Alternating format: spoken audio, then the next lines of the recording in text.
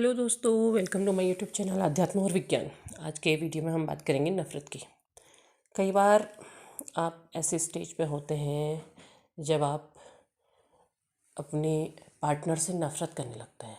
मतलब कि आपके मन में ऐसे विचार भी आते हैं कि उसने धोखा दिया, वो छोड़ कर चला गया, और बहुत सी चीज़ें, बहुत से केसेस ऐसे होते हैं जहाँ पर धोखा होता है और वो सच में धोखा होता है तो उसके खिलाफ़ कार्रवाई होनी चाहिए।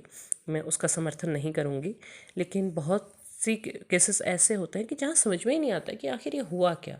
कि कुछ दिन बहुत अच्छे थे, बहुत अच्छा साथ था, फिर चले गए। आप रोते हैं, आप मनाने की कोशिश करते हैं, आप सब कुछ करते हैं, लेकिन कुछ भी काम नहीं करता है। तो कभी कभी आपके मन में आता है कि आपके साथ धोखा हुआ। आप अपनी जर्नी में भी आ चुके हैं, आपको पता चल गया है कि आप किसी जर्नी में हैं, किसी सोल जर्नी में हैं, लेकिन उसके बावजूद भी, पता होने के बाद भी ऐसा नहीं होता कि पता हो गया और आप सीधे बिल्कुल डिवाइन फेस पे चलेंगे, ऐसा नहीं होता है। तो कई बार ऐसी चीज़ें भी आती हैं कि आप नफ़रत करने लगते हैं, कभी आप बहुत प्रेम करने लगते हैं, कभी आपको बहुत दुख होता है। अलग अलग भावों से घिरे होते हैं, बहुत सारे भाव होते हैं।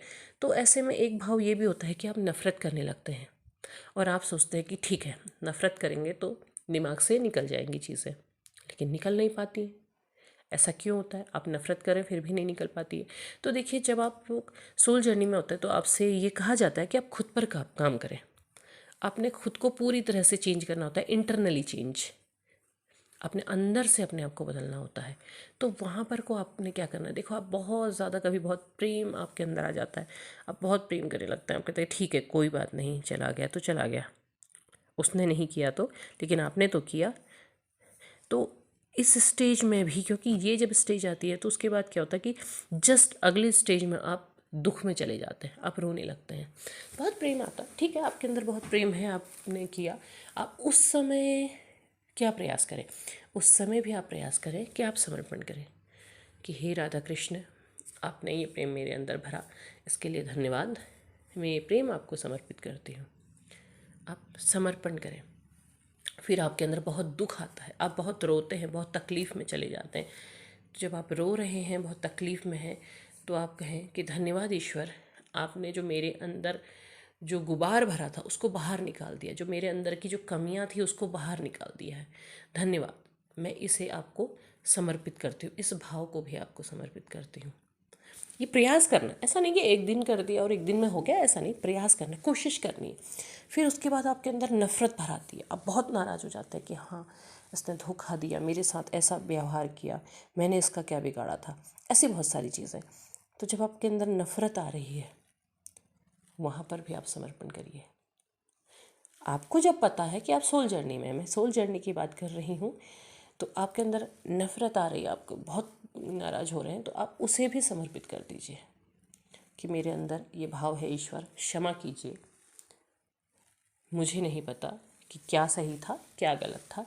सही गलत का फैसला आपको पता है, आप जानते हैं, आप ही निर्णायक है। तो मैं अपने इस भाव को समर्पित करती हूँ।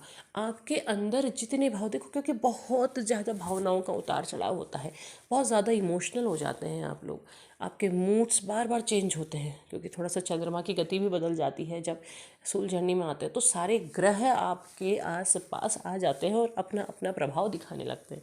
आपके अंदर हर ग्रह का प्रभाव दिखाई देगा। सबसे पहले आपका चंद्रमा कमज़ोर हो जाता है, चंद्रमा का प्रभाव दिखाई देने लगता है, तो आप बहुत कमज़ोर होते हैं, आपके मूड्स बिल्कुल चेंज होने लगते हैं बार बार। तो आपने हर बार यही कोशिश करनी है कि आप अपने अंदर के उस भाव को समर्पित कर दें और उसे खुद से निकाल दें, उसे प्रयास करें। ठीक ऐसे ही फिर राहु का प्रभाव दिखाई देता है, केतु का प्रभाव दिखाई देता है, सबके प्रभाव दिखाई देते हैं। सारे ग्रह, आपकी ग्रह दिशा इस तरीके से बदलने लगती है कि हर किसी का प्रभाव आपको महसूस होने लगता है। भले ही आप नहीं जानते, लेकिन अगर आप जानने की कोशिश करेंगे तो देखेंगे कि आपके अलग अलग समय में ग्रह आप पर किस तरीके से प्रभाव दिखा रहे हैं। तो आपने हर भाव को, अपने हर संवेग को आपने समर्पित करना है। आपके अंदर बहुत गुस्सा आ रहा है, बहुत नाराज़ हो रहे हैं, बहुत ज़्यादा आपको गुस्सा आ रहा है, आपको ऐसा मन कर रहा है कि अगर सामने होते तो शायद कुछ तो हो जाता, झगड़ा तब भी हो जाता, कुछ तो होता। आप कई बार झगड़ते भी हैं, कोशिश करते हैं, तो आपने उस क्रोध को भी निकालना है। ईश्वर, आपने मुझे सोल जर्नी में भेजा है, आप चाहते हैं कि मैं खुद को बदलूं, डिवाइन के मार्ग पर चलूं। आपने मुझे डिवाइन का मार्ग दिया है, आपने दिव्य मार्ग पर चलने की अनुमति दी है। तो ईश्वर, मैं अपने अंदर के इस भाव को, मेरे अंदर जो भी भाव हैं जो बुरे हैं, जो मुझे पीछे धकेल रहे हैं, उन सभी को मैं आपको समर्पित करती हूँ। अपने अंदर से इस भाव को दूर करने का प्रयास करती हूँ। आपने हर रोज़ कोशिश करनी है, हर रोज़ बदलना है। जब आप हर रोज़ कोशिश करेंगे तो आपको कुछ समय बाद महसूस होगा कि आप तो बहुत बदल गए, आप ऐसे नहीं थे। आपको पता भी नहीं चलेगा, समय लगेगा। एक दिन में कुछ नहीं होता है, क्योंकि आप ये देखिए, आप जब से रो रहे हैं, तड़प रहे हैं, कि आपको कितना समय बीत गया है। आपको कितना लंबा समय ऐसा बीत गया है कि आप चले जा रहे हैं, चले जा रहे हैं, और आपको समझ नहीं आ रहा है कि आप आखिर कब तक है ये यात्रा। ये यात्रा तब तक होती है जब तक आप पूरी तरह से डिवाइन के रास्ते पर नहीं आते हैं, जहाँ पर ईश्वर आपको ले जाना चाहते हैं। उसके बाद रास्ता स्मूथ हो जाता है, आप आराम से चले चले जाते हैं और आपको पता भी नहीं चलता है।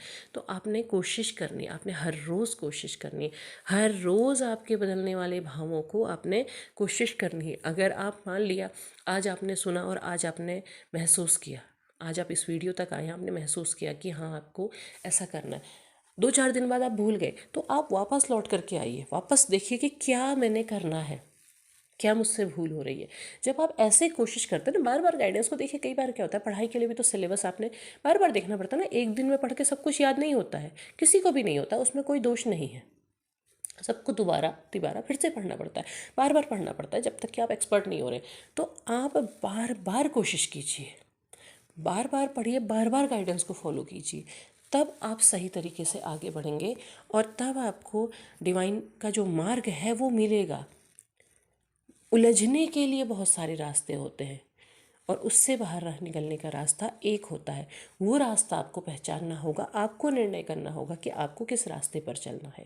तो उम्मीद है आपको वीडियो पसंद आया होगा। पसंद आया हो लाइक शेयर सब्सक्राइब कीजिए, कमेंट बॉक्स में विचार अपने ज़रूर साझा कीजिए। ईश्वर को धन्यवाद कीजिए। धन्यवाद।